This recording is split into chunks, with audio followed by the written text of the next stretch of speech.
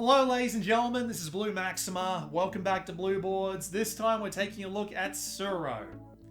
A very simple game compared to the likes that I usually cover on Blue Boards, and I mean, look at my game shelf. Yeah, you can definitely see the sort of games that I'm into here.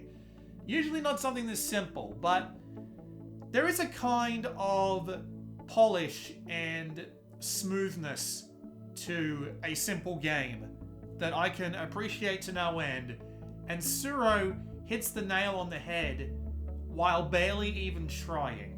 So, I don't usually start with the unboxing, but the unboxing for this game is such an odd experience, especially compared to all the other board games I've played so far. So, let's just take a quick look at how you actually unbox this. So you get this absolutely lovely translucent piece of paper here.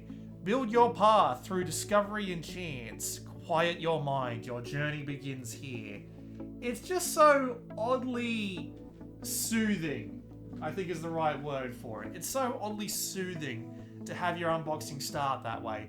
Then, of course, you get the rules in this lovely little fold-out sheet you got going on here, but the game is so simple you barely even need to look at it. And then you've just got like another book here that has all the translations for the other languages. Nothing too out of the ordinary. But once you get past that, you got the board, you got the promotional booklet, and then there's all your components below here. So we're actually going to jump cut to the board being set up and the tiles being laid out. So back in a sec. So we have an absolutely lovely board in front of us now, and we've got the tile draw stack, the dragon tile, and the 8 player pieces laid out here for us, ready to go. So the game is simple enough that you barely even need a manual for it. So you've got these little white lines around the outside, right? And these are the entry points, and this is where the players can place their markers. And the entire idea of the game is to stay on the board long enough for everyone else to fall off. That's it. That's as simple as it gets. So, each player gets to draw 3 tiles at the beginning of their turn. And these tiles are unique in that they have entrance and exit points around all 8 points around the outside of the grid. So you can see here that there's 2, 2, 2, and 2. And this makes it so that every tile in the game can connect to every other tile in the game and every rotation in the game.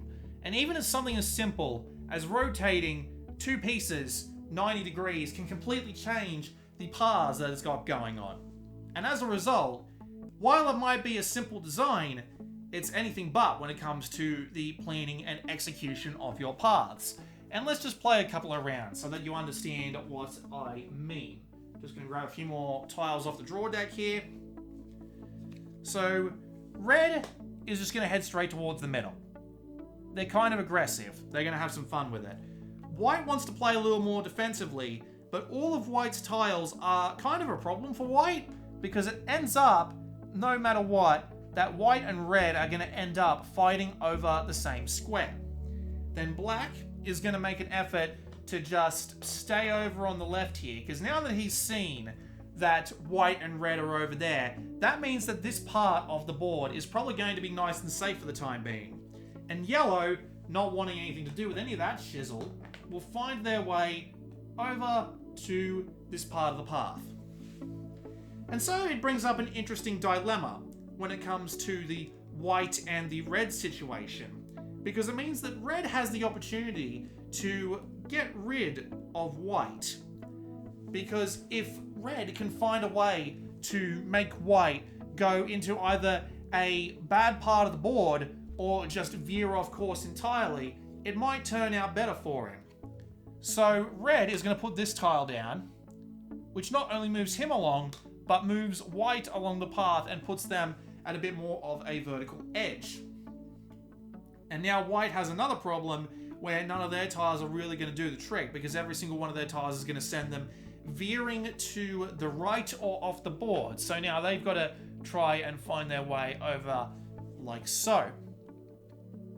Then black is going to be like, okay, I'm just going to keep going the way I'm going, but does he have the tiles for it? He does. Does he? Just making sure with the tiles I got in my hand. So he's just going to move up on here now. And then yellow is just going to continue saying, screw this noise, I'm just going to stay up and over here. And as a result, the game just continues to build up until the entire board is filled with tiles and everyone is planning every single move to make sure they're not going to end up on a long-ass path of 10 or 12 tiles that will send them flying off the board. And it also opens itself up to some really unique challenges, like being able to map your way around the entire board like it's a really strange game of Snake, or aggressively going after other people and trying to get them to fly off the board while keeping up a reasonable path for yourself. Or just trying to weave your way through all of that and get out alive through other people's paths because you had the bad luck of going last. And the nature of the game changes the amount of players you got as well. This is a 4-player game here, but the entire bottom half of the board is pretty much going to be full up within just a couple of turns. But if it's just 2 players duking it out, they can take ages filling up the board getting to each other, or they can go and just try and joust each other into a series of paths. Or, if you've got all 8 on the board, and they're all coming in from different directions, suddenly the board is a valuable resource, and they're all gobbling it up, trying to avoid each other. But since there's only going to be like 2 or 3 rounds before half the board is filled and everyone is coming in close on each other, it just turns into a game of chaos. But at the same time, I appreciate that. Games that play entirely differently at different player counts means it's got a fair bit more variability to it. There is, of course, the ability to send each other slamming into each other, which would be fun. Like, for example, if I just put these 2 here, and then we find, like, say, a U-turn tile? Come on, U-turn tile, I need one of you right now. See, so many bloody types of unique tiles that I can't find the bloody one I'm looking for. There we go. If they go bumbling into each other, they lose entirely. Or they can just keep going about their merry business and just continually keep having these duels as they go. And it keeps the game interesting because of all the different paths you can take, all of the different tile combinations you can play, and of course all the different player counts means that it's kind of hard to get stale. And considering that each game is over in about 10 minutes, clean up and reset is really easy. Just get all the tiles together, shuffle them together, and you're done. Play another game.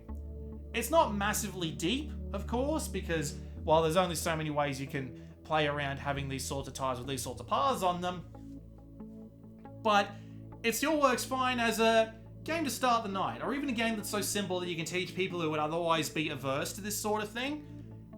This game is easy to teach to bloody anybody. It's really simple. You get 3 tiles, make them follow the path and don't fall off and don't run to anyone else.